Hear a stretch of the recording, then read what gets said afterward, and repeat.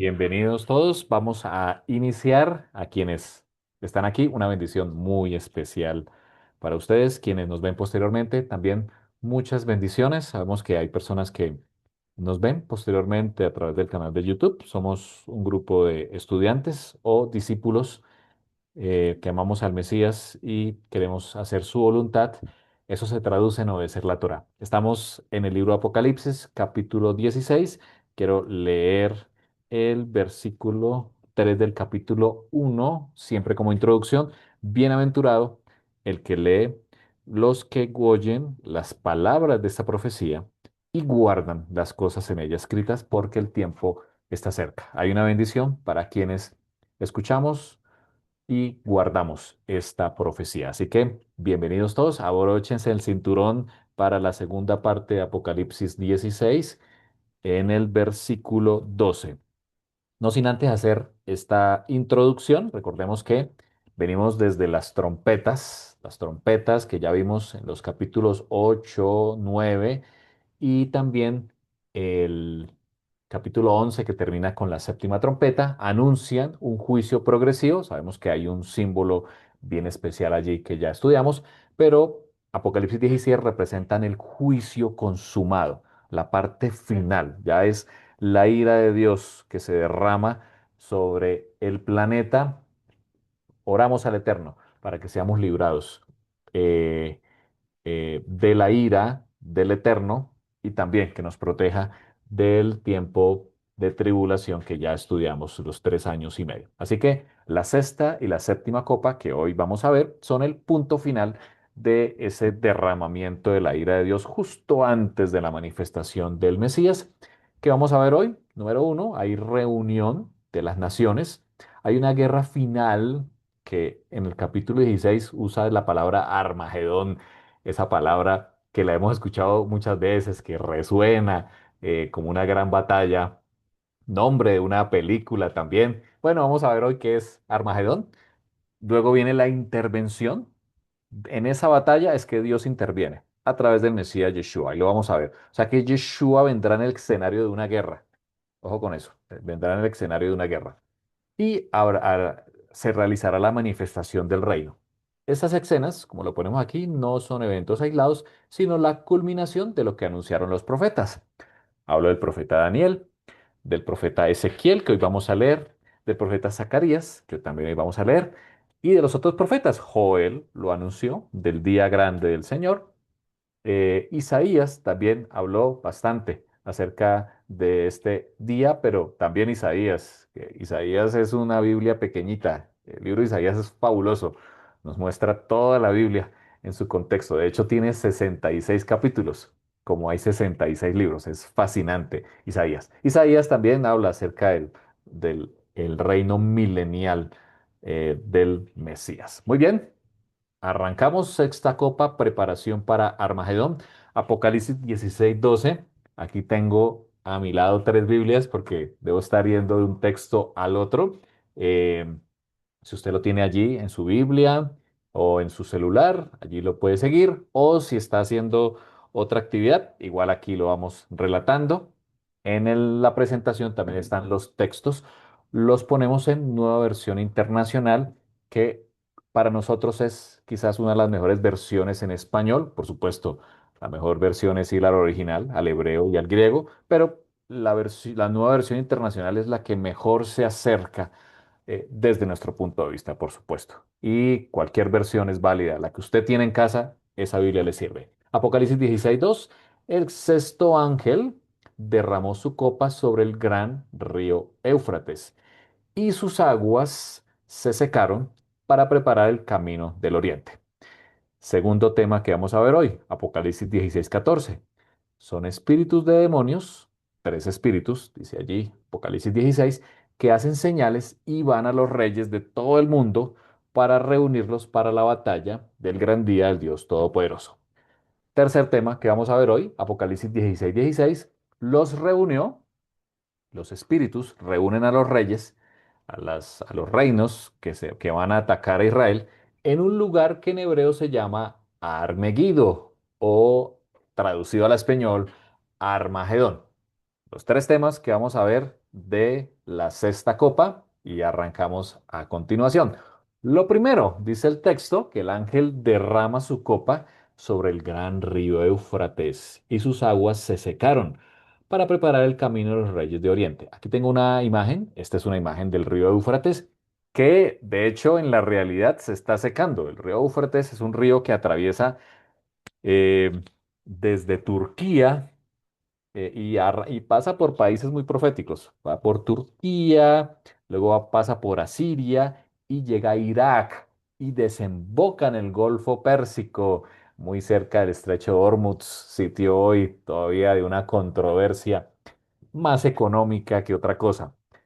Este río Éufrates fue muy importante. El río Éufrates siempre simbolizó en el pensamiento hebreo el límite entre Israel y las naciones, entre Israel y sus enemigos. De hecho, Israel tiene a su izquierda, en el oeste, el mar Mediterráneo, en el sur está Egipto, está el mar de Cañas y otros, pero su límite por el noreste es el río Éufrates. Eso lo divide de los demás países y que esos países siempre fueron y son enemigos de Israel. De hecho, hay una profecía que está en la Torá, que se dice que el territorio de Israel será tan amplio hasta el río Éufrates. Eso no ha sucedido ni en el reino de Salomón ni David, que fue el reino unido, poderoso, grande, no alcanzaron ese límite. Así que es una profecía que no se ha cumplido. Ahora, el río Éufrates en la Biblia representa un límite geográfico, ya lo vimos, el límite geográfico de Israel. Allí está la profecía, Génesis 15:18. Voy a leerlo. 15:18 dice, en aquel día hizo Adonai un pacto con Abraham diciendo, a tu descendencia daré esta tierra, desde el río de Egipto, está hablando del río Nilo, hasta el río Grande. Y dice, ¿cuál es el río Grande? El río Éufrates. Quiere decir que la promesa es que Israel tendrá como frontera el río Éufrates. Es una barrera natural contra invasiones del Oriente, siempre lo ha sido, pues históricamente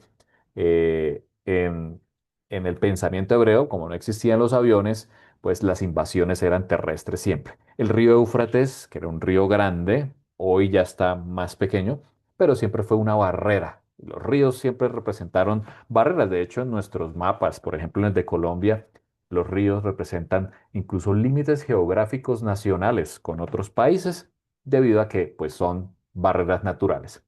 Y además es una zona histórica de imperios enemigos, ya los hablé, Babilonia, Siria. Por tanto, que el río Éufrates se seque implica una remoción de un obstáculo para una invasión masiva a Israel.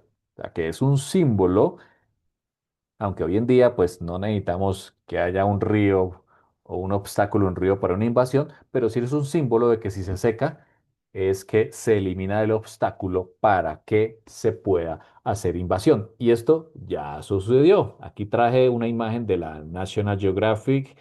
Esto, estamos hablando del año 538, Babilonia, grande, el imperio, la cabeza de oro de la estatua de la profecía de Daniel 2 o el león de la profecía de Daniel 7, estaba en decadencia y se levantaba un imperio muy poderoso, muy poderoso. Los persas, unidos con los medos, invadieron Babilonia en el año 538. Aquí tengo una imagen de la National Geographic.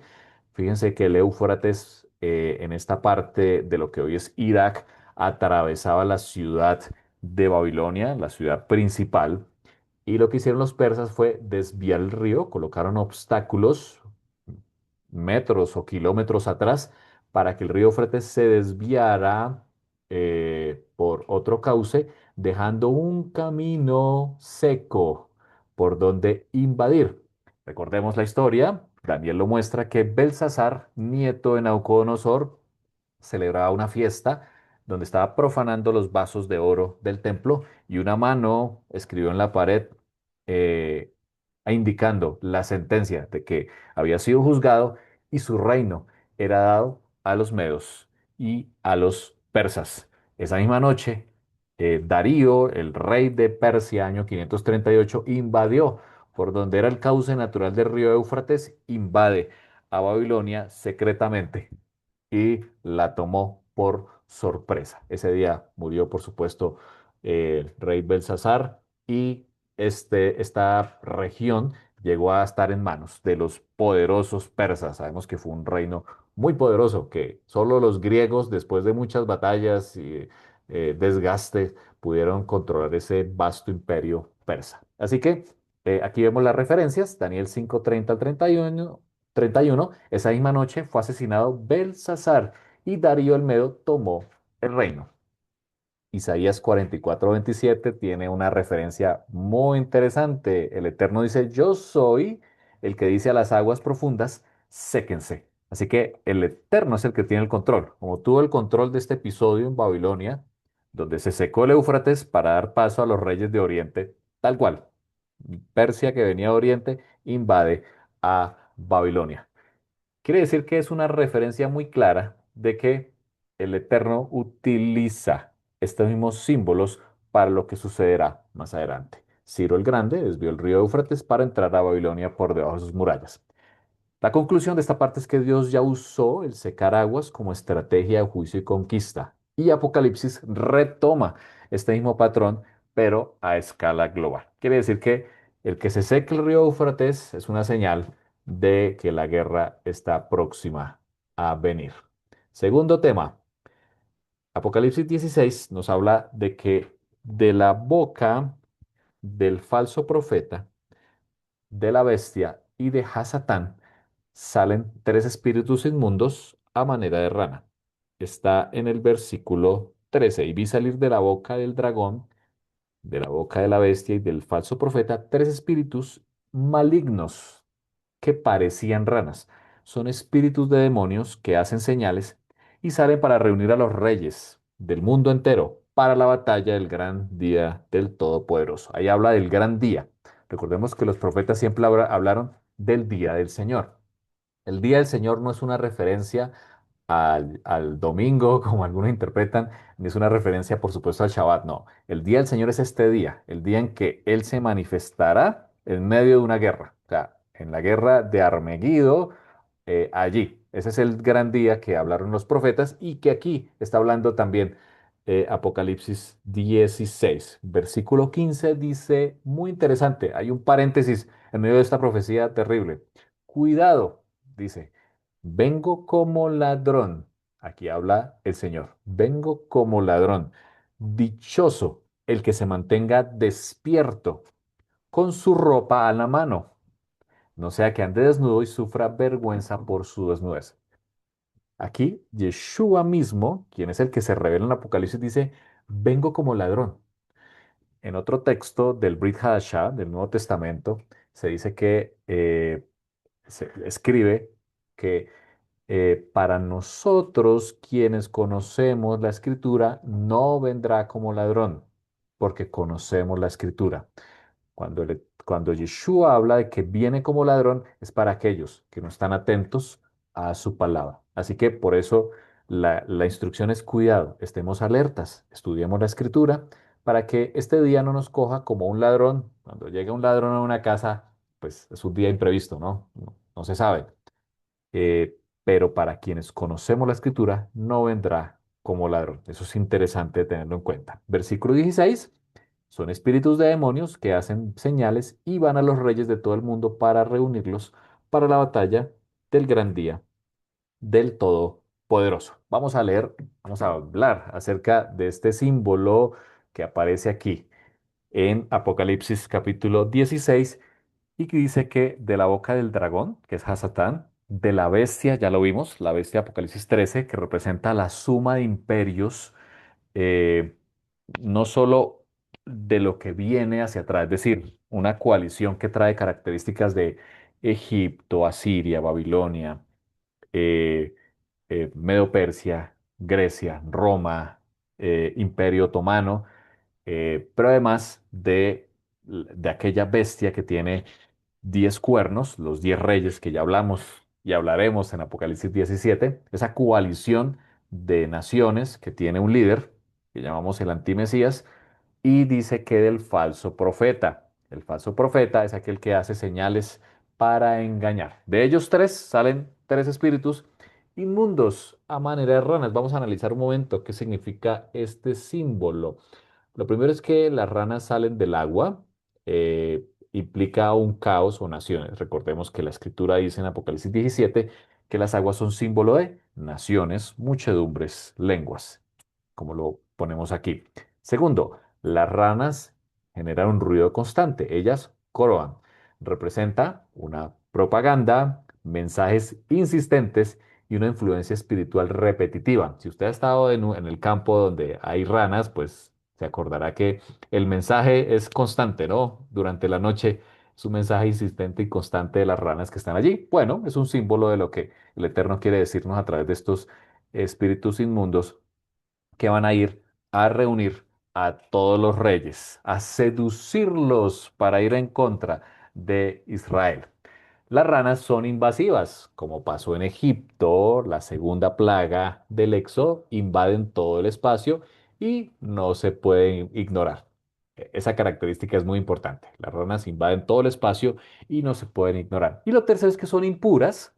Lo leímos en la porción de la semana antepasada.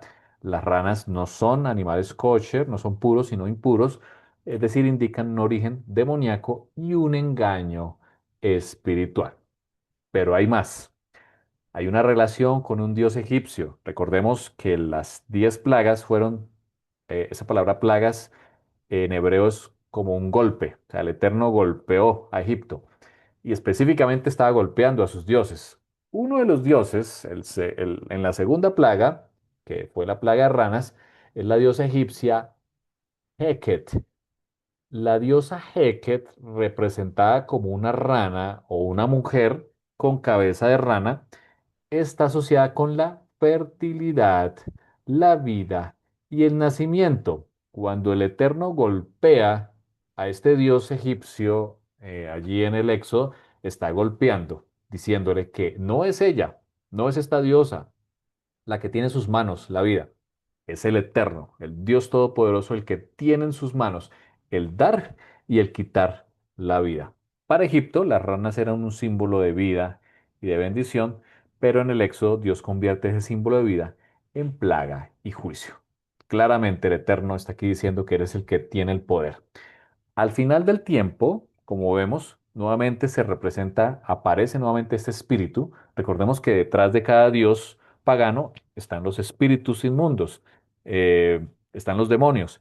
Aparecerá también, resurgirá este demonio para desviar la atención del Dios Todopoderoso, del que da vida. Y son los que reúnen a los reyes para guerrear contra Israel.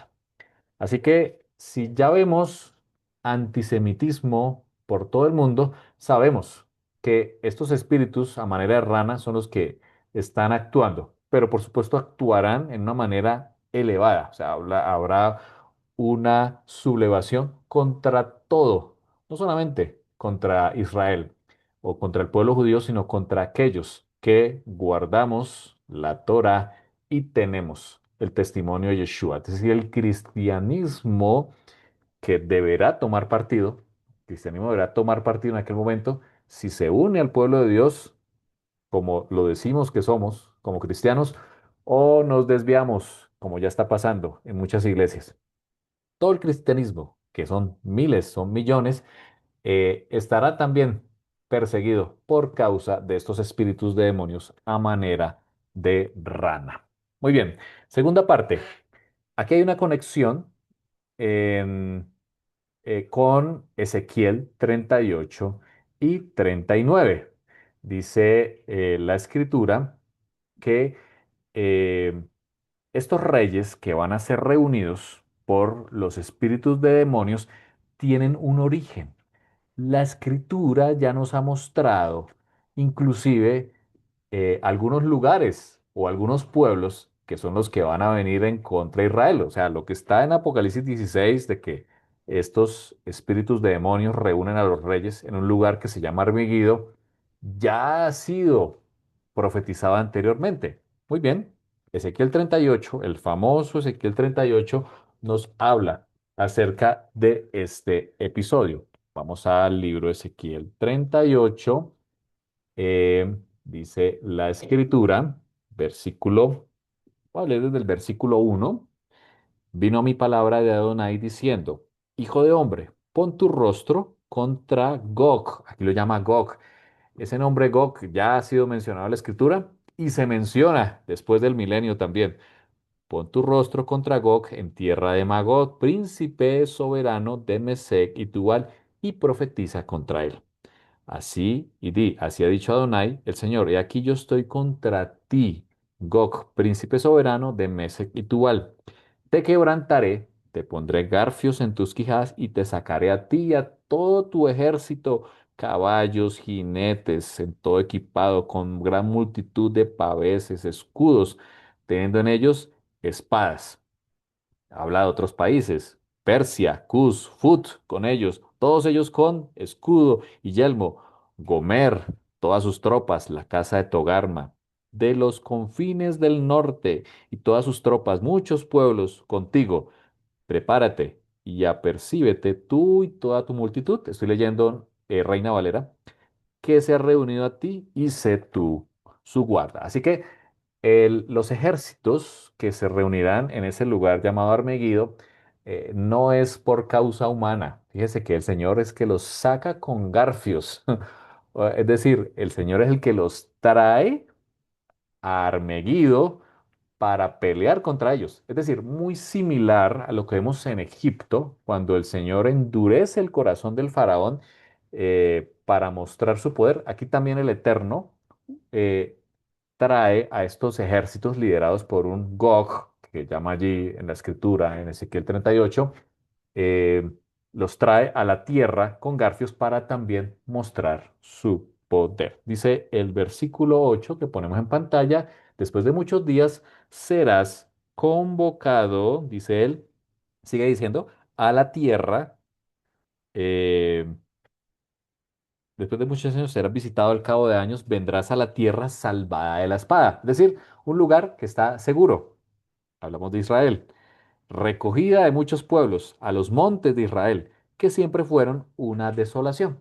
Aquí está hablando de una profecía de Ezequiel. Durante muchos años Israel iba a estar desolado y durante muchos años lo estuvo, solo hasta comienzos del siglo pasado volvió Israel a su tierra, año 1948, se establece como país hasta hace poco y se restaura como tierra de Israel, pero durante muchos años pues estuvo desolado como lo muestra aquí y todos ellos moran confiadamente. Así que es un pueblo que en el momento cuando suceda esta guerra habrá una aparente paz. Dice el Nuevo Testamento, cuando digan paz y seguridad, vendrá destrucción. Así que, de acuerdo a Ezequiel 38 y al Nuevo Testamento, al Brit Hadashah, habrá un momento de paz antes de esta guerra. Sigue diciendo versículo 9, subirás tú y vendrás como tempestad, como nublado para cubrir la tierra, serás tú y todas tus tropas. Es decir, las tropas serán tantas que cubrirán la tierra. La guerra será a gran escala. Sin lugar a dudas, estamos hablando aquí de una guerra mundial.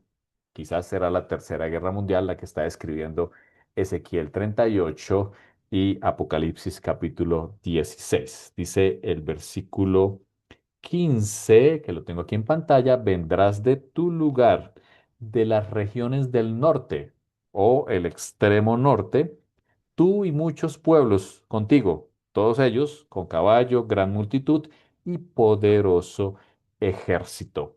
Subirás contra mi pueblo Israel, dice el Eterno, como nublado para cubrir la tierra. Será al cabo de los días y te traeré sobre mi tierra para que las naciones me conozcan. Fíjate que el Eterno está al control siempre. O sea, si hay guerras en el planeta, no temáis. Es el llamado del Eterno. No temamos. O sea, el Eterno está al control, inclusive de aquello que parece que pierde el control en nuestro planeta.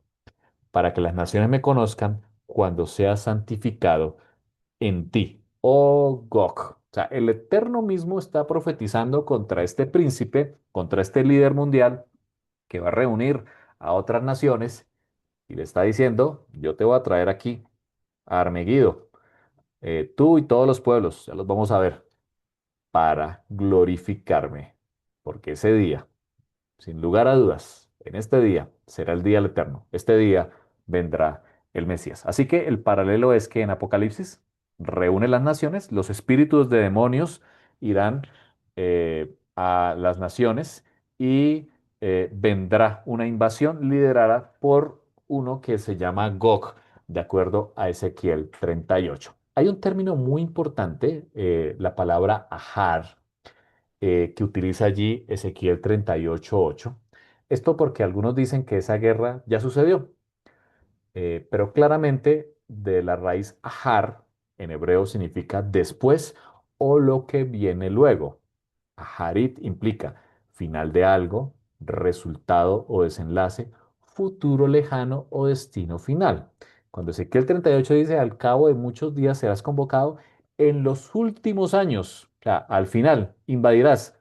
Aquí se usa en paralelo últimos años, reforzando un sentido claramente futuro y culminante. De hecho, apreciados, hay otros textos como Isaías y Daniel que utilizan la misma palabra aharit. Por ejemplo, Isaías 2:2 dice, en los últimos días, aquí está la palabra aharit, el monte del templo del Señor será establecido. Claramente Isaías está hablando acerca de justo después de la venida de Yeshua, cuando se establezca el milenio o el reino mesiánico. También Daniel, que lo conocemos mucho, Daniel 10:14 dice, he venido, dijo el ángel a Daniel, para explicarte lo que sucederá a tu pueblo en los últimos días. Aquí también está la palabra aharit, claramente. Aquí es inequívoco, es una visión escatológica y está conectado con el tiempo del fin. Si Zacarías 38:8 utiliza la misma palabra aharit, nos está claramente diciendo que está hablando de lo mismo que habló Isaías y habló Daniel para el tiempo del fin. Y aquí tenemos, apreciados, la Tercera Guerra Mundial, que está narrada en Ezequiel 38 y Apocalipsis 16, las naciones que atacan a Israel. Vamos a leerlo. Ezequiel 38, 5 y 6 decía que estará Persia, Cus y Fut con ellos. Y también habla en el versículo 6 de Gomer y todas sus tropas, la casa de Bet Togarma y todas sus tropas contigo. ¿Dónde está la explicación? Clave, Génesis 10. Después del diluvio, cuando Noé y sus hijos salen del arca, allí Génesis 10 es clave. A veces, cuando uno está leyendo la Biblia en un año y llega a las genealogías, ¿cierto? Y a las descendencias, se pone difícil la lectura, ¿no? No es tan animada. Pero esas genealogías son claves para entender otros aspectos de la escritura. Y quedó allí para entender Ezequiel 38. Muy importante. Así que, de acuerdo a Génesis 10, aquí hay descendientes de Noé, están los de Jafet y los de Cam. Quiere decir que los otros dos hijos de Noé, que no son los semitas, los de Jafet y los de Cam, de sus descendientes hay países que, de acuerdo a la escritura, invadirán a Israel. Ahora, esto que les voy a decir es una interpretación personal. Aquí hay diversas interpretaciones, pero tratamos de ubicarnos espacialmente dónde están ubicados en ese momento de Ezequiel 38 los descendientes de Jafet y de Cam, que nombra la profecía, pero por supuesto que los descendientes pueden estar en áreas similares o anexas. eh, y por supuesto también está la interpretación de que esta profecía lo que implica es que de los cuatro extremos de la tierra vendrán a invadir a Israel. Pero tomando los lugares espaciales donde están ubicados los nombres de los hijos de Noé y sus descendientes, de acuerdo a la profecía de Ezequiel 38, son los siguientes. Nos habla de una tierra de Magog.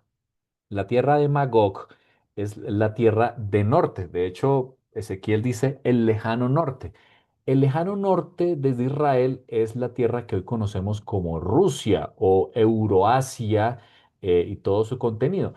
Hay una referencia de Josefo, el historiador del primer siglo, después de la época de Yeshua, donde él habla de la tierra de Magog y se refiere al territorio que hoy es Rusia. Es decir, hay un par de referencias que nos llevan a que Magog es la tierra del lejano norte y lo que hoy podría ser Rusia. desde donde viene Gog. Recordemos que el príncipe de Gog viene del lejano norte, que es lo que hoy entendemos como Rusia.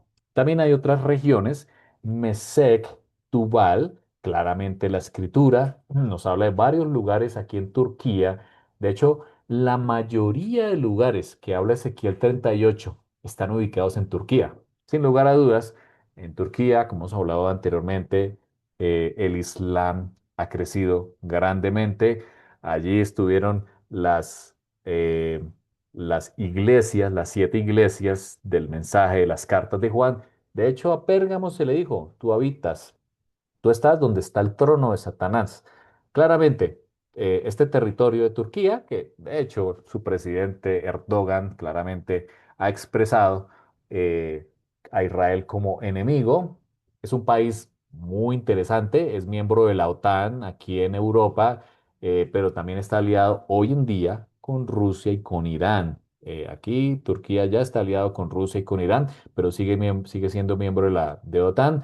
Es un país que claramente la escritura nombra lugares allí desde donde se invadirá Israel. Así que es un país que hay que prestar mucha atención y más por su antisemitismo, por el Islam que está, por supuesto, cundido por toda la tierra y claramente es el primer norte de Israel. Así que es un país que lo tendremos en mente para los eventos finales. Por otro lado, Persia, ya vimos que Persia fue el que invadió a Babilonia, lo que hoy es Irán e Irak respectivamente.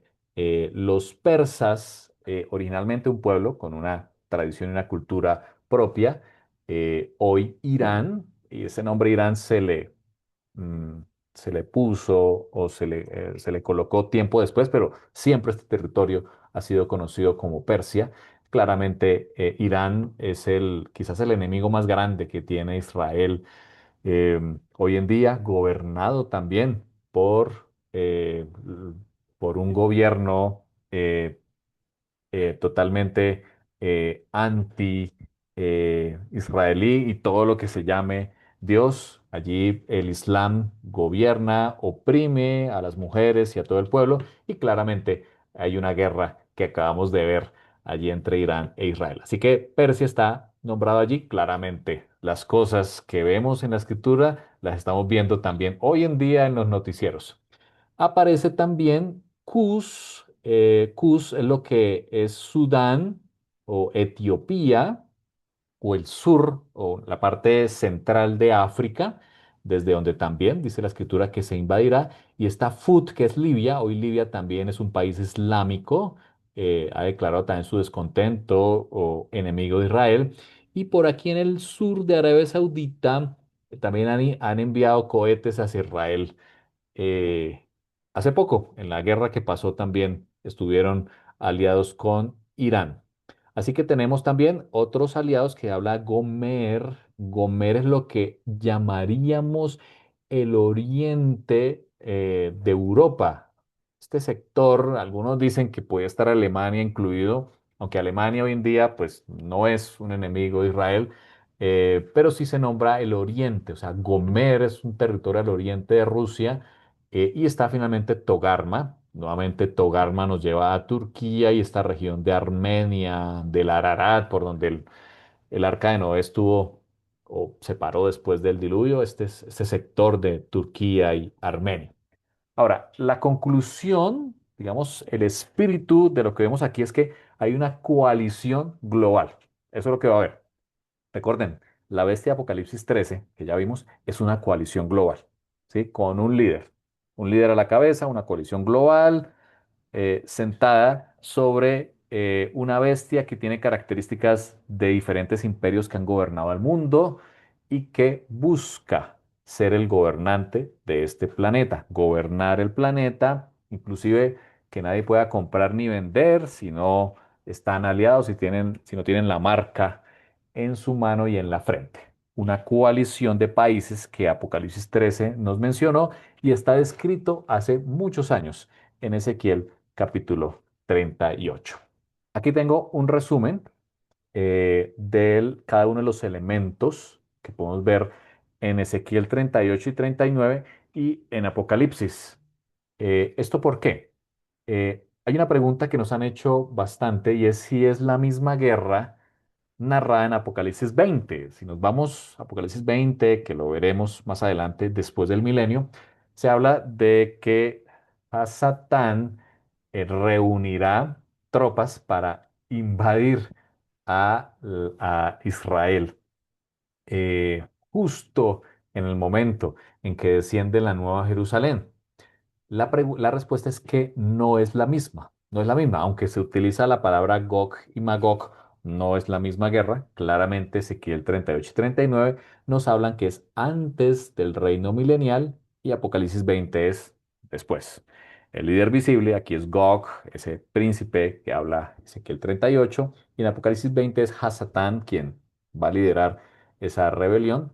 El tipo de guerra en Ezequiel 38 es una invasión que tiene su sitio de reunión en Armegido y luego irán hacia el sur para invadir Jerusalén. Apocalipsis 20 es una rebelión global de Hasatán en contra de Yeshua como rey de esta tierra. La duración, Ezequiel 38 es un proceso, Apocalipsis 20 va a ser instantáneo. Y el resultado, Ezequiel 38 y 39 preparará todo para la venida del Mesías y el reino milenial, y en Apocalipsis 20 es la eliminación completa o el fin definitivo del mal. Esto para aclarar el tema. Hay una narración en Zacarías 14 que también es muy similar. Zacarías 14:2 dice, He aquí el día de Adonai viene. Nuevamente utiliza la palabra el día de Adonai y en medio de ti serán repartidos sus despojos, porque yo reuniré, y aquí lo tengo en pantalla, reuniré a todas las naciones. Es un paralelo de Ezequiel 38 y de Apocalipsis 16. Reuniré a todas las naciones para combatir contra Jerusalén. Allí habla de una guerra terrible. O sea, lo que va a suceder que escribe Zacarías es terrible. Habla de saqueos, violaciones, cautiverios. O sea, terrible lo que describe Zacarías allí. Versículo 3. Justo cuando suceda eso, saldrá el Señor. Saldrá Yud Hei Bab Hei, saldrá Adonai y peleará contra aquellas naciones. Y quien viene en el Espíritu, ¿cierto? En nombre de Adonai, es el Mesías, Yeshua. Peleará con aquellas naciones, dice la Escritura. Sus pies, dice el versículo 4, sus pies estarán sobre el monte de los olivos. O sea, cuando Yeshua descienda, la batalla está allí en Jerusalén. La batalla va a estar allí. Él descenderá, sus pies estarán en el monte de los olivos. Dice la Escritura que ese monte se partirá en dos, haciendo un valle muy grande por donde Israel pueda huir. O sea, será un medio para huir mientras Yeshua enfrenta a sus enemigos. Parece una película, pero es la escritura, lo que estamos leyendo aquí. Este capítulo 14 de Zacarías es espectacular. Hay que leerlo porque es un paralelo de Ezequiel 38. O sea, aquí tenemos un patrón, igual que en Apocalipsis 16, hay una reunión de países. Dos, la guerra. Punto de reunión, Armegido. La guerra en Jerusalén. Y tercero, intervención divina. Tercer punto, Apocalipsis 16:16. Vamos al punto. Los reunió en el lugar que en hebreo se llama Armegido. Vamos a ver Armegido, ¿qué es eso? ¿Es el nombre de una película? Bueno, Armegido, en la etimología, eh, la palabra Armagedón viene del hebreo Ar Megido. Ar significa monte, como cuando decimos Har Sinai. Har Sinai, monte de Sinaí. Har, monte. Megido es una ciudad antigua estratégica. Quienes han ido, o usted lo puede ver hoy en video, el monte de Meguido, pues no es una montaña así inmensa. De hecho, a veces pensamos que el monte de Sión es una montaña inmensa. No, es un monte pequeño. Este monte eh, que todavía tiene los despojos de estas ciudades estratégicas. De hecho, esto se remonta hasta la época cananea, justo antes de que Josué la invadiera. Eh, Allí hay todavía despojos, hay arqueología allí hoy en día en función donde han encontrado inclusive lugares, sitios de cultos, cultos a dioses, donde inclusive hacían sacrificios. Era un sitio estratégico, esta montaña estratégica frente al valle que ustedes ven aquí. Este valle que está aquí es el valle de Jezreel, el famoso valle de Jezreel que es muy productivo, muy rico. Allí es donde el rey Acab, quería una tierra y mató a alguien para tener esa tierra. Muy conocido. Aquí han habido batallas. Josías, el rey Josías, el gran rey Josías, murió aquí en una batalla en este territorio. Es un vasto valle y tiene este pequeño monte que como se eleva, pues es un lugar estratégico. Y ese lugar se llama Megido. Megido. Esto es cerca al Monte Carmelo. Algunos lo confunden con el Monte Carmelo de Elías. Está cerca, pero no. Carmelo es cerca al mar Mediterráneo. Aquí estamos en Megido. Así que en este lugar, dice Apocalipsis 16, en este lugar serán reunidos Gog y todos sus aliados para ir a pelear contra Israel. ¿Cómo vemos nosotros esta secuencia profética? Clave aquí, apreciados. La reunión, el paso uno es que la reunión es en Armeguido, allí donde acabo de mostrarles, de acuerdo a Apocalipsis 16:16, las naciones son convocadas, Gog, los persas, los africanos, los islámicos, los que vienen de Turquía, los del norte, Europa, Rusia, Euroasia, será el punto estratégico de concentración. El paso 2, de acuerdo a Zacarías 14:2, ya lo leímos, las naciones eh, eh, irán hacia el sur para combatir contra Jerusalén. Como se ve en la imagen de fondo, el punto, la batalla central va a ser en Jerusalén, se trasladará al sur. Y lo tercero es que en medio de esa batalla, donde ya ha habido afectación, o sea, y Zacarías muestra que ya habrán saqueos, violaciones, muertes, o sea, va a ser terrible. Ahí, en medio de ese momento, cuando veamos esa imagen que tengo de fondo, ahí aparecerá el Mesías. En medio de un caos, eh, Yeshua aparece al oriente, en el mismo lugar donde creemos murió, porque creemos que Yeshua murió fue en el monte de los olivos donde se sacrificaba la vaca roja, pondrá sus pies y ese monte se partirá en dos y allí atacará a sus enemigos.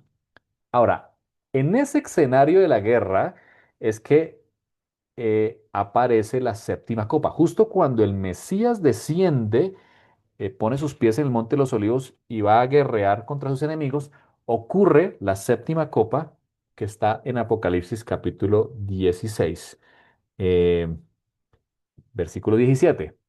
Leámoslo. El séptimo ángel derramó su copa en el aire y desde el trono del templo salió una gran voz que decía, está hecho. Las mismas palabras de Yeshua, hecho está, cuando él estaba en el madero.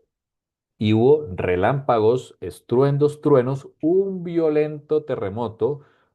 Dice, nunca desde el género humano se había sentido un terremoto tan grande. O sea, el terremoto más grande del mundo va a ocurrir cuando el Mesías Yeshua pise este planeta. La ciudad se partió en tres y las ciudades de las naciones se desplomaron. Las ciudades de las naciones se desplomaron. Dios se acordó de la gran Babilonia y le dio a beber de la copa llena del vino de la ira de Dios. Huyeron las islas, desaparecieron las montañas.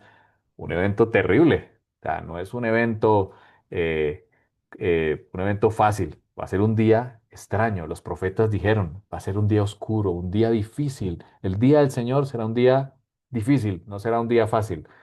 Del cielo cayeron sobre la gente enormes granizos de 45 kilogramos. O sea, un granizo de 45 kilogramos es terrible. Dice la escritura que ese día lloverá granizo de ese calibre. Y maldecían a Dios por esta terrible plaga. Claramente Ezequiel, a partir del versículo 19, describe eso mismo que, que acabamos de leer de la séptima copa. A partir del versículo 19 dice que habrá un gran terremoto sobre la tierra de Israel, versículo 19. Y también dice que temblarán ante mi presencia, versículo 20, se desmoronarán los montes, los vallados caerán, todo muro caerá. Versículo 22. Yo litigaré contra él, contra Gog, con pestilencia, con sangre. Haré llover sobre él, sobre sus tropas y todos los pueblos, impetuosa lluvia, piedras de granizo. También habla aquí, fuego y azufre. Así que Ezequiel 38, cuando el Mesías vuelva, es que se activa la séptima copa, de acuerdo a Ezequiel 38, un gran terremoto, granizo y un juicio sobrenatural. Esta imagen que estoy mostrando aquí, eh, se las puedo enviar también para que la tengamos todos allí. Es el paralelo de completa de lo que hemos hablado aquí. Uno, la reunión de las naciones en Apocalipsis, en Ezequiel y en Zacarías. El ataque a Israel en Apocalipsis 16 es implícito, no se muestra claramente. Sí, Ezequiel y Zacarías lo muestra. La intervención divina, o sea, el Mesías Yeshua en persona se presenta en este planeta en Apocalipsis, en Ezequiel y en Zacarías, y las señales de la séptima copa, el gran terremoto, el granizo con el juicio y el reino de Dios. Porque mis apreciados, después de la tormenta viene la calma. El clímax es que Dios toma el control. Vamos a leerlo para finalizar. Ezequiel 38. Voy a leer varios versículos, el 18, el 23, y me va a saltar al capítulo 39. En aquel día, dice el Eterno, en que Gog, el príncipe que invada a Israel, mi ira se encenderá. Aquí está hablando, esto está en el contexto de la séptima copa de Apocalipsis 16, que habla de las copas de la ira. Dice que se encenderá con furor, afirma el Señor y Dios. De esta manera mostraré mi grandeza y mi santidad. Me daré a conocer ante muchas naciones. Ese día lo conoceremos y vendrá, sin lugar a dudas. Y él no vendrá como el Yeshua que a veces pinta Roma. No, él es un guerrero. O sea, Yeshua vendrá como un guerrero. Por eso muchos no lo reconocerán. Pero si estudiamos la escritura, lo podemos entender. Sabrán que yo soy el Señor. Ezequiel 39. Daré a conocer mi santo nombre, el nombre Yud-Heh Vav-Heh, en medio de mi pueblo Israel. Ya no permitiré que mi santo nombre sea profanado. Las naciones sabrán que yo soy el Señor, el Santo de Israel. Todo esto se acerca, dice el Eterno, y está a punto de suceder. Este es el día que he hablado. Nuevamente, la frase que habla Isaías, Oseas, Joel, Zacarías, Apocalipsis, el día del Señor. Yo, el Señor y Dios lo afirmo, manifestaré mi gloria entre las naciones. Todas ellas verán cómo los he juzgado y castigado. Desde ese día en adelante, los israelitas sabrán que yo soy el Señor, su Dios. Precioso versículo. Zacarías también lo dice. Dice, el Señor reinará sobre toda la tierra. Dice, terminó, lo termina de decir, en aquel día Adonai será uno y uno su nombre. El versículo 7 es, daré a conocer mi santo nombre, y las naciones sabrán que yo soy el Señor. Así que el clímax, como en una película, en medio de esta guerra, es que el Eterno se presentará y lo vemos, de acuerdo a Pablo, que es el Mesías Yeshua. Juan en Apocalipsis lo describen también, el que actuando como rey soberano de esta tierra, el que tiene el librito, el que tiene el rollo con los siete sellos, el que tiene la autoridad sobre esta tierra, será el que se va a presentar. Mis apreciados, este cuadro profético revela, no es simplemente una guerra entre naciones, es una confrontación entre la soberbia humana y la autoridad de Dios. ¿De qué lado estarás? Las naciones se reúnen pensando que tienen el control. Eso piensan las naciones, lo vemos hoy en día, pero en realidad están siendo conducidas hacia el cumplimiento del propósito divino. Muchos reyes, como el presidente de la nación más grande de este mundo, dice, puede escribir tweets y decir, yo tengo el control, yo hago y deshago, pero realmente quien tiene el control, como lo vemos en la escritura, es el Eterno, porque hay un propósito divino sobre quien vendrá a gobernar este planeta. y sobre quien todos te tendrán que arrodillar. Todos, dice la Escritura. Pablo dice en Filipenses, todos se arrodillarán ante el Mesías Yeshua. Tres llamados, mis apreciados. Uno, discernimiento. Es importante entender que los eventos globales tienen un trasfondo espiritual. Los eventos globales que aparentemente están descontrolados, como un barco que se hunde, realmente hay un trasfondo espiritual. Hay alguien que tiene el control. Lo segundo, apreciados, confianza. Es muy importante tener fe, mantener la esperanza. Aunque el caos aumente, Dios sigue gobernando la historia.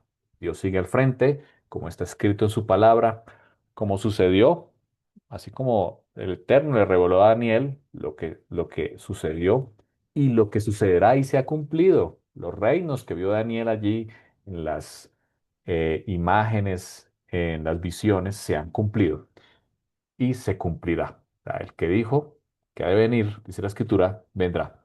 Y lo tercero que el Eterno nos llama es a ser fieles. Fidelidad.